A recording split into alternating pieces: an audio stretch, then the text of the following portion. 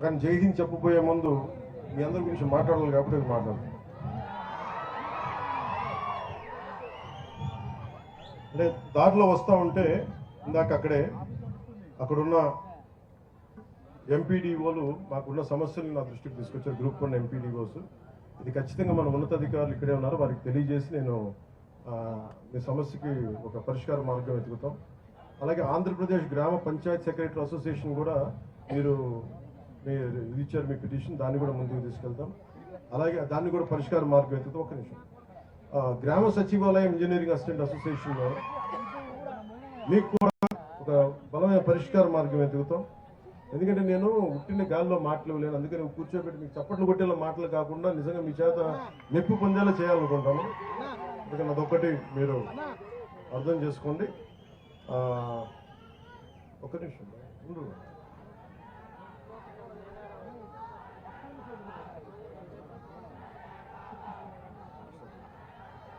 మీరు నా పేరు కంటే కూడా మీరు ఏ వెంకటేశ్వర పేరు తెలుసుకుంటే ఎంత పుణ్యం వస్తుంది మీకు.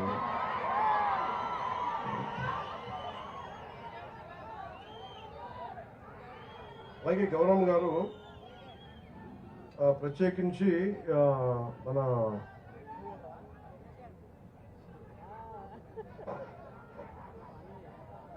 పాణ్యం నియోజకవర్గానికి సంబంధించి చాలా ఒక 2-3 కొన్ని అంశాలు లేవనెత్తారు.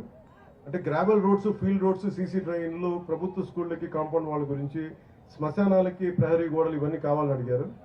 పరిమితి వరకు మీరు ప్రణాళికని రూపొందించుకుని తొందరగా పనులు పూర్తి చేయమని కలెక్టర్ గారికి ఆదేశిస్తా ఉన్నాను. అలాగే ఊర్వకాల నుండి ఉప్పలపాడు వరకు వయా గుట్టపాడు కొంతాలపాడు వరకు 6.2 కిలోమీటర్లు 2,26,00,000 రూపాయలతోటి బీడీ రోడ్ కావాలని గౌరవ పాణ్యం శాసనసభ్యులు కోరారు.